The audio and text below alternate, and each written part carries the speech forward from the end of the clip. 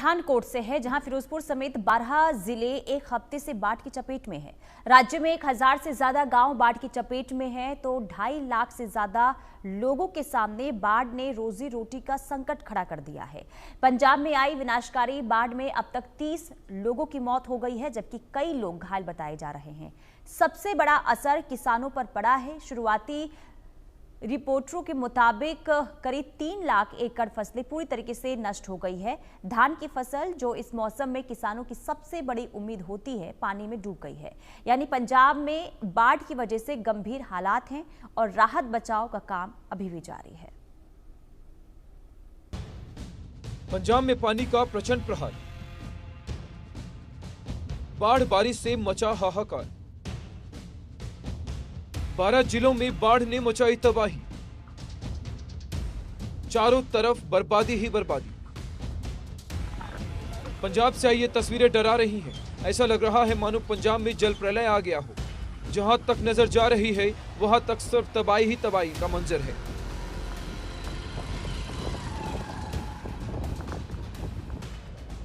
पंजाब में पिछले कई दिनों से लगातार बारिश हो रही है। वहीं हिमाचल प्रदेश और जम्मू कश्मीर जैसे पहाड़ी इलाकों में भी मूसलाधार बारिश के बाद पंजाब में रहने वाली नदियां सतलुज, ब्यास और रावी का जलस्तर तेजी से बढ़ रहा है। कई जगहों पर नदियां खतरों के निशान से ऊपर बहने लगी हैं और पानी मैदानी इलाकों में फैल गया है।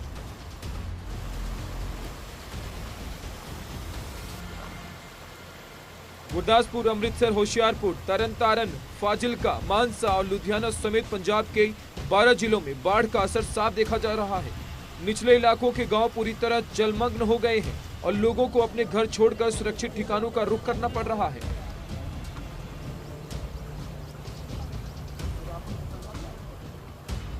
पंजाब में आई भयानक बाढ़ ने पूरे राज्य को हिलाकर रख दिया है।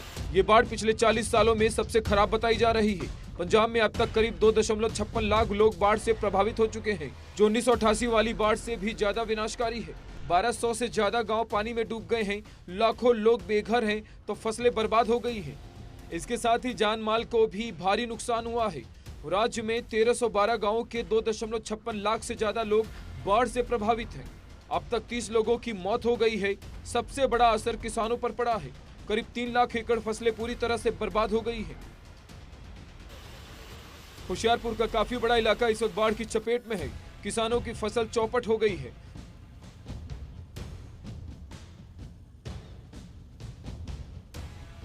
सबसे बड़ी चिंता इस बात की है, ठेके पर ली जमीन मालिक को पैसा कैसे देंगे, कर्ज कैसे चुकाएंगे, परिवार को क्या खिलाएंगे। इस बार सबसे ज्यादा तबाही रावी नदी के चलते देखने को मिली है। रावी जिला पठानकोट से पंजाब में एंट्री करती है, जो इसके बाद गुरदासपुर से होते हुए पाकिस्तान की तरफ जाती है।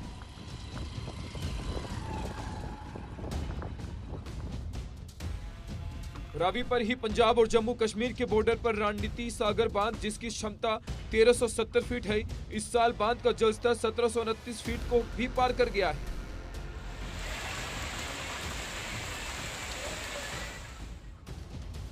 वहीं पठानकोट में आई बाढ़ का मुआवना करने पंजाब के फाइनेंस मिनिस्टर हरपाल चीमा पहुंचे, जहां उन्होंने इंडिया न्यूज को बताया कि पंजाब की बाढ़ को लेकर प्रधानमंत्री और गृह मंत्री से बात की गई है।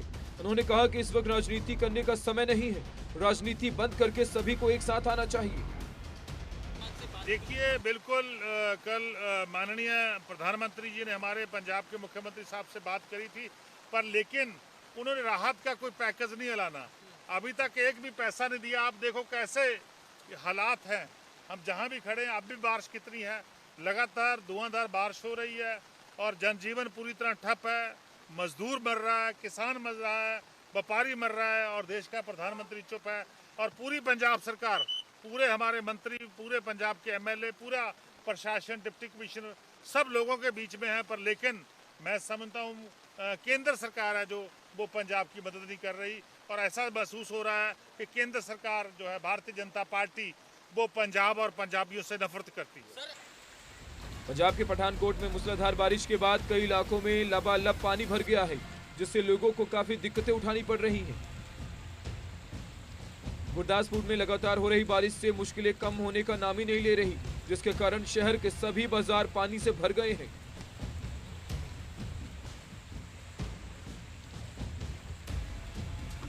जिसके कारण ज्यादातर दुकानदारों ने अपनी दुकानें भी नहीं खोली हैं, क्योंकि बारिश का पानी दुकानों में घुसकर सामान खराब कर रहा है। संगरूर में भी बारिश की वजह से लोगों को काफी नुकसान उठाना पड़ा है। वहीं फिर से तेज बारिश को लेकर मौसम विभाग ने रेड अलर्ट जारी किया है। कासपुर के लोगों की मुसीबतें एक बार फिर से बढ़ गई है। बारिश ने मुसीबतें बढ़ा दी हैं। देर रात से लगातार बारिश हो रही है और चारों तरफ पानी ही पानी हो गया शहर में।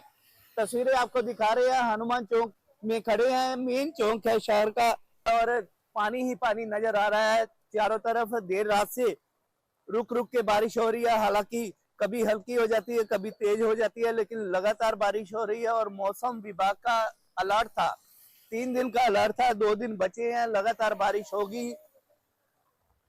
लेकिन कुछ दिन पहले आसपास के गांव ने बाढ़ की स्थिति का सामना किया है। हालांकि पानी अभी भी कुछ गांव में खड़ा है, लेकिन थोड़ी आगे चला गया है।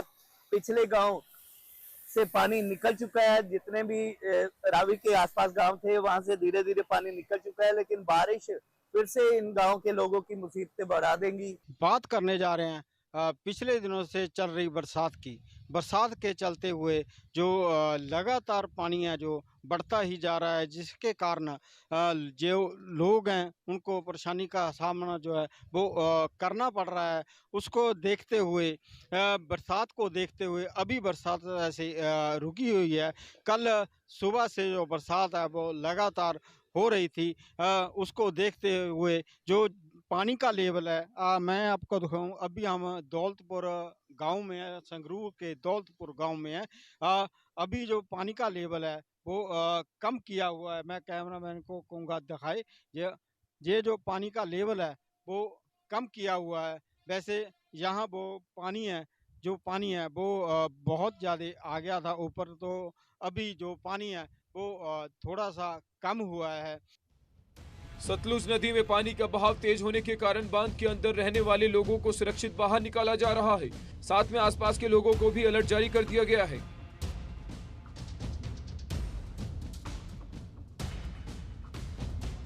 वहीं तबाही को देखते हुए जालंधर के डिप्टी कमिश्नर द्वारा सतलुज नदी के किनारे रहने वाले लोगों के लिए एडवाइजरी जारी की गई है, जिसमें उन्होंने बताया कि रोपड़ हैंडवर्क से पानी छोड़े जाने के बाद नदी किनारे इलाकों में खतरा हो सकता है।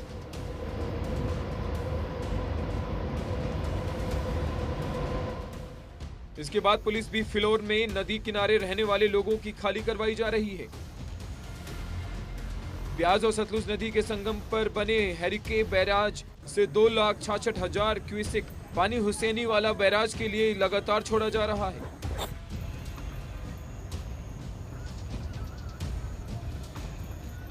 पाकिस्तान के साथ सटे 2 जिले फिरोजपुर और फाजिल्का में सैलाब आ गया है। किसानों की हजारों एकड़ फसल पानी में डूब चुकी है। फिरोजपुर के 76 से फाजिल्का के 72 गांव जलमग्न हैं, जिसके लोग सड़कों पर रहने को मजबूर हैं। मौसम विभाग की तरफ से एक बार फिर से जो है पंजाब हिमाचल में जो है अलर्ट जारी किया है। आपको बता दें कि 3 सितंबर तक पहाड़ी इलाकों में और मैदानी इलाकों में मौसम विभाग की तरफ से जो है अलर्ट जारी किया गया है। आपको बता दें कि इस समय हम पठानकोट में मौजूद है और आपको बता दें कि सुबह से ही जो है बारिश जो है पूरे पठानकोट शहर में हो रही है और वही लोगों को डर सता रहा है कि कहीं फिर से एक बार जो है बाढ़ की स्थिति ना पैदा हो जाए, क्योंकि मौसम विभाग की तरफ से 3 तारीख तक जो है हैवी बारिश का जो है अलर्ट जारी किया गया है। आपको बता दें कि इसी के चलते प्रशासन की तरफ से जो है स्कूल और कॉलेज को भी 3 सितंबर तक जो है बंद करने के आदेश जारी किए गए हैं। लगातार बारिश के चलते मैदानी इलाकों में जो है काफी नादियां नली जो उफान में है, जिसके कारण लोगों को भी काफी नुकसान पहुंच रहा है। फिरोजपुर में आई बाढ़ को लेकर कई एनजीओ मदद के लिए आगे आए हैं। कई लोग ने मदद के लिए हाथ बढ़ाया है।